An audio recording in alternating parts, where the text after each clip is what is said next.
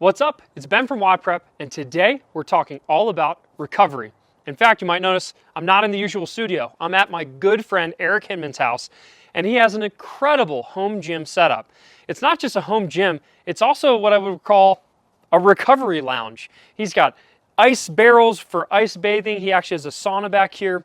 And what we're gonna do is we're gonna join Eric in the sauna while he's actually recovering, and we're gonna talk to him about his specific recovery protocols. Now, I don't even know what he's gonna talk about, right? So I am not necessarily endorsing everything he says, but if there's one thing I know, it's interviewing people who are really, really good at what they do. And Eric Hinman is one of the fittest persons that I know.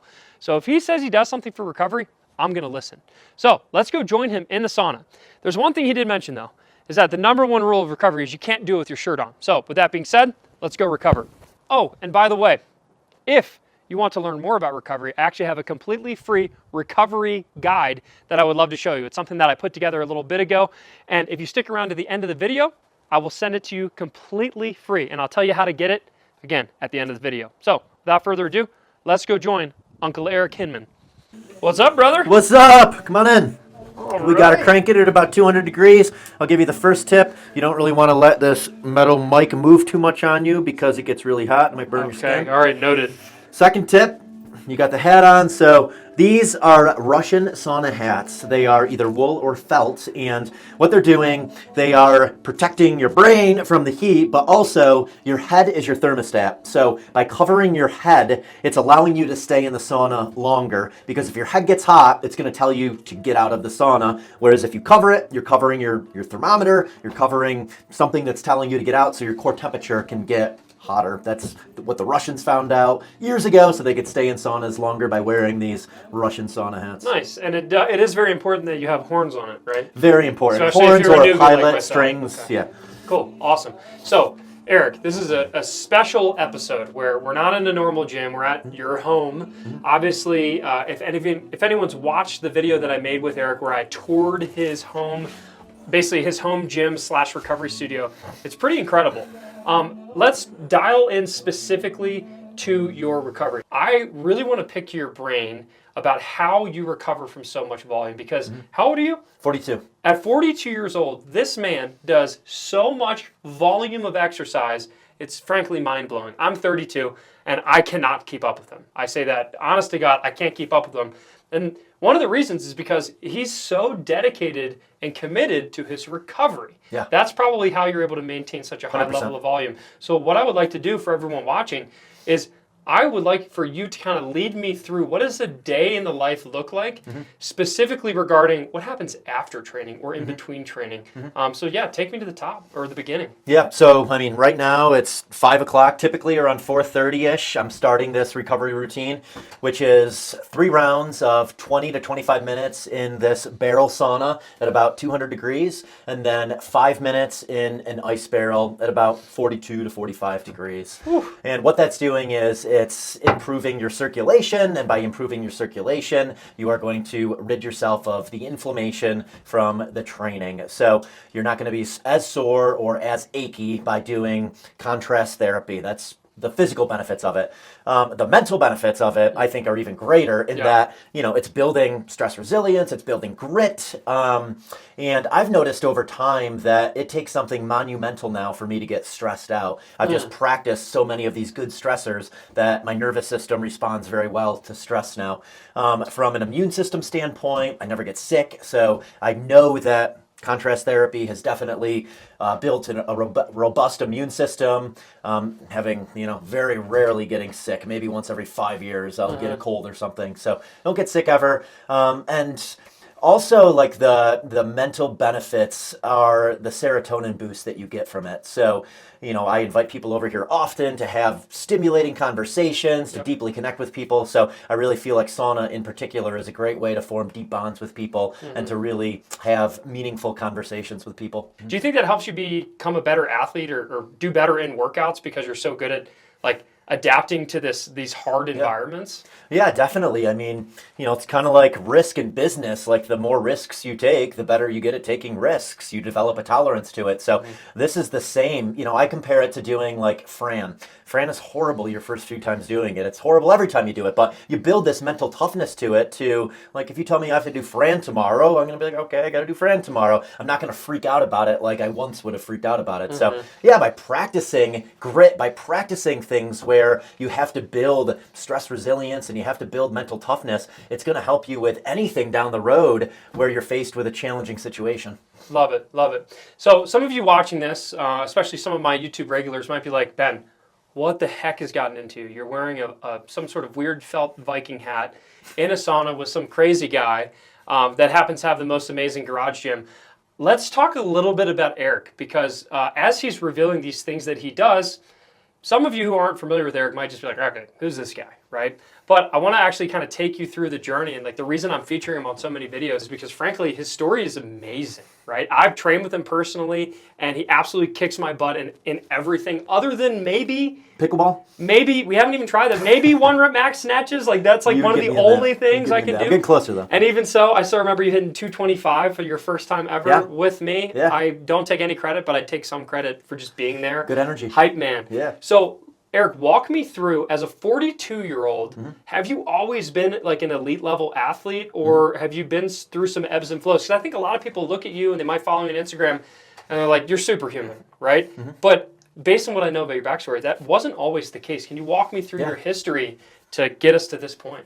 Yeah, I mean, my fitness journey goes back 15 years now, when I really shifted my life to be based around health and wellness. And it started with a personal trainer. Like I played 3 sports in high school: basketball, I ran cross country, I ran track. In college, I got into weightlifting, but very much vanity based. So bench press and bicep curls, no squatting, no deadlifting, of course not. No functional movements. It was just all vanity. Squats don't get girls. Curls get girls. So after college, I was driving 50,000 miles a year with my first business, selling insurance, property and casualty insurance in upstate New York. And I got pretty out of shape and also had no education around nutrition. I was eating Subway and I thought that was healthy because it was a sub and not pizza. I had no understanding of grass-fed, grass-finished and sourcing your meat and, the effects of empty carbs. So in my mid to late 20s, I hired a personal trainer who provided me with accountability and education around training and around nutrition. And for about a year, every single morning at 6 a.m., it was pretty early back then, I would hit my personal training session with him, 30 minutes, 45 minutes. And, before I ever knew what CrossFit was, I was doing CrossFit type workouts with him. He had me squatting, deadlifting, and then, also like running laps around the track in between sets. So, I was doing a lot of this stuff with an elevated heart rate, which is what we all kind of know today as CrossFit. Right. So after that, a bunch of my friends bought these really fancy bikes that had 4 handlebars, and they were called triathlon bikes. And I'm like, those look cool. I kind of want one. So I bought one, and hence I signed up for my first triathlon. And I think I was 28 years old. Okay. Did a sprint triathlon, had no background in swimming whatsoever. Taught myself how to swim, just spent every single day in a pool swimming laps until I could swim with my head in the water and learn the breathing and, could get my ass up. So I was somewhat floating through the water.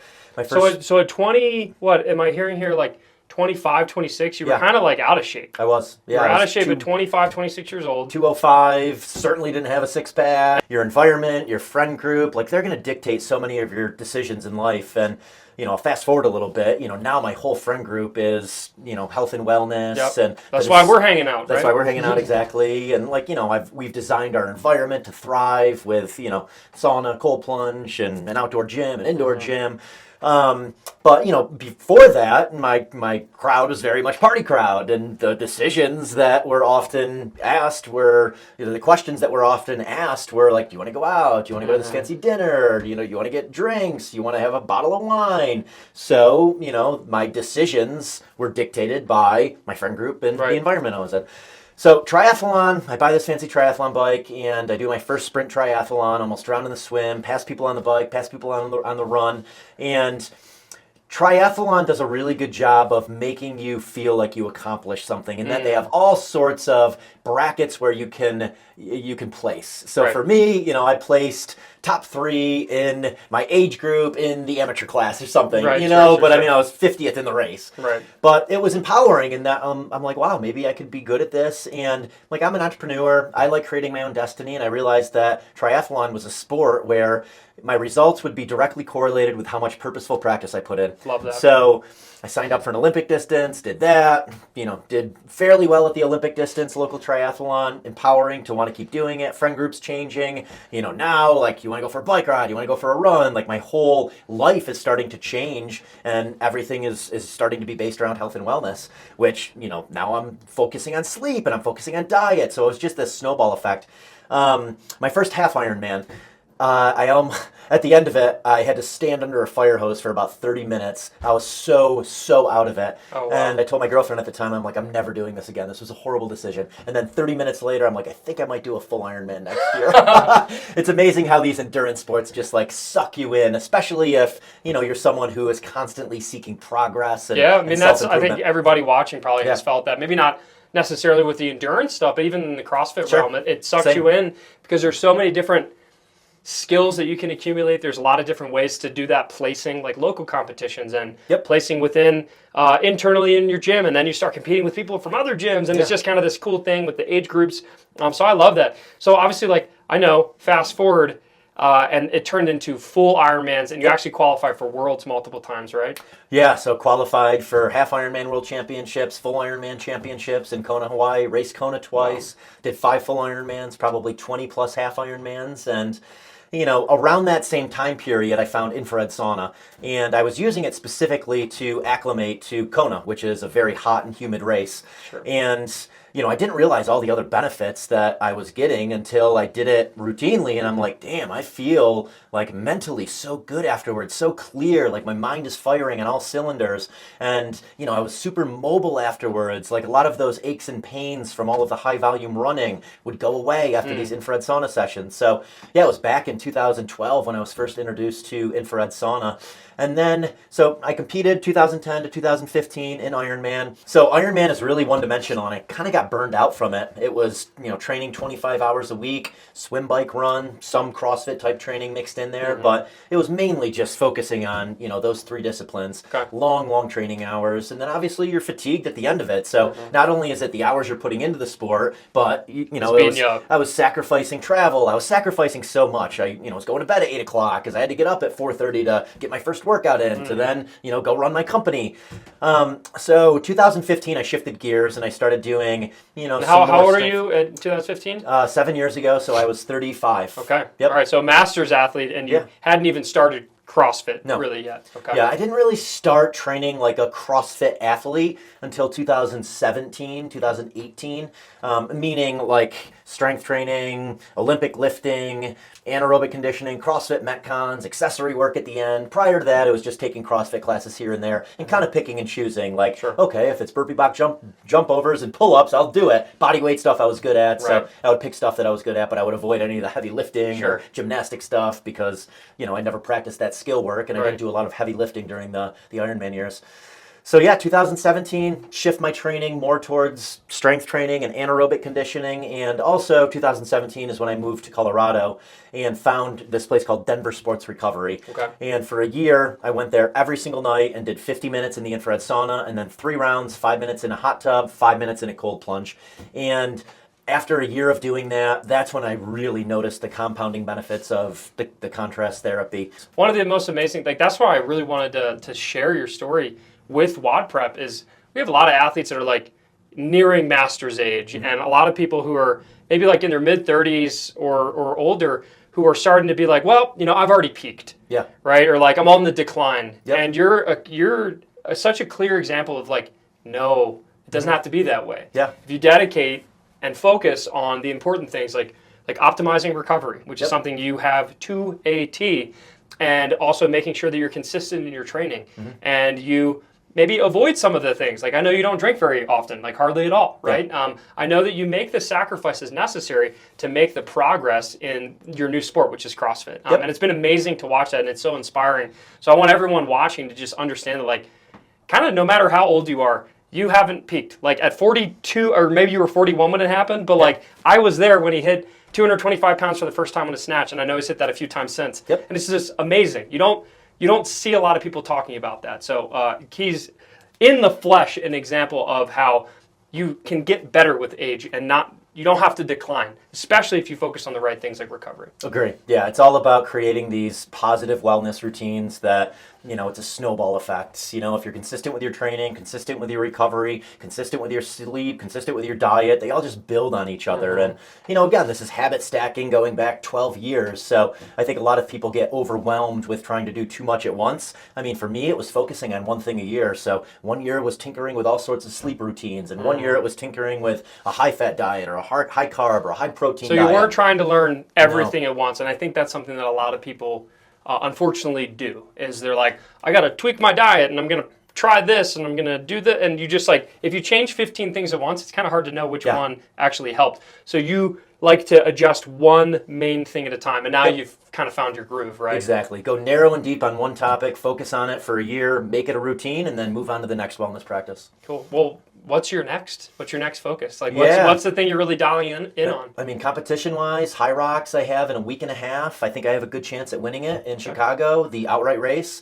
Knock on wood, right now, I have not had a down year yet. So I'm the strongest I've ever been, the most anaerobically fit, maybe not the most like endurance Ironman fit, but I feel like most well-rounded. So yeah, 2 High Rocks races I'm signed up for, both in November, and then Age Group CrossFit games next year, fingers crossed. I just got to gain a little more strength and I'm right there. Yes. And what did you get in the, the first open workout of last year? Oh, man. Yeah. Was that last year or 2 years ago? It was like top 10 or top 15 in the entire world. The wall walk workout. I think I was 37th in the world. Crazy. The wall walk, double under workout. Crazy. Or I think your first attempt, and then you had to redo it because you forgot to film. Incredible. So this is the one and only Eric Hinman. Thank you so much for having me at your house and sharing a little bit more about your story. Obviously, we're going to have, hopefully we had plenty of overlay videos to go with this because this man is always making content. If you haven't already done it, please go follow him on Instagram. Is there anywhere else people can find you? Or is Instagram the main one? Instagram's the best from there. I mean, I have my diet and routine and different other content sources that you can get right from my Instagram. So just my name. Awesome. So here's his channel on the bottom of the screen. So if you are interested in recovery, and hopefully after learning from the recovery master himself, you're a little bit more interested in it, remember WODprep has a completely free recovery guide that I would love to send you. Again, completely free. Go to wodprep.com/recovery or click the link in the top comment below or in the description. You can go download it for free. And what it does is it's going to teach you the hierarchy of importance when it comes to recovery. And we'll see if Eric gets it right. But what's the number one aspect of recovery? Most important thing in the entire world. Yeah, sleep is by far the number one. Thank God he got it. Yeah, for sure. So sleep, and then there's all these other different things that you can stack on top of your recovery protocol. And Eric has pretty much done it all. From the bottom all the way to the top, he's got it all dialed in. So if you want to learn more about recovery, go grab that now. Last but not least, if you had to pick one aspect of recovery to improve upon, what would it be? Eric, I know you have it mastered, but if there was one aspect that you could improve even more, what would it be? Yeah, for me, it would be meditation. Just like silence, tuning out, no stimulus. That's something I struggle with. I typically am combining meditation with mountain biking, doing some kind of activity. So yeah, just complete stillness. Amen to that. You would have used to say sleep, but now I've been sleeping really well lately. So man, I'm actually going to copy you. Like meditative practices, like times of non-stimulation, like not having your phone on you and just sitting in silence. Really difficult, but it does help clear the mind. In the comments below, what is the number one thing you would like to improve on? Let me know. Thumbs up if you liked the video. Thumbs down if you didn't. Make sure you smash the subscribe button. That way you don't miss any videos. And I will see you next week. Peace. Oh, what are you guys doing here? What are you doing here? I'm recovering. I come here every Tuesday at this time. This guy.